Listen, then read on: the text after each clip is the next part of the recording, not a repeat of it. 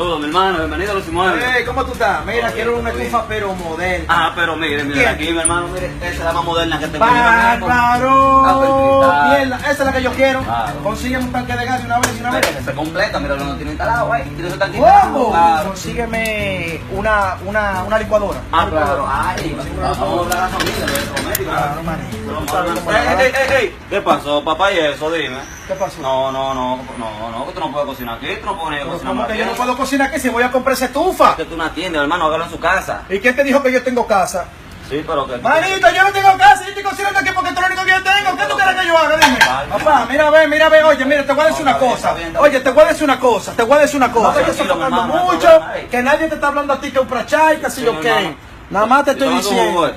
Pero no puedo hacer maldito Está jugo. bien, eso es suyo, se lo puede llevar, usted tiene la razón, no hay problema, mi hermano. Ok, entonces búscame también un jabón y una toalla, me quiero bañar aquí. Vete.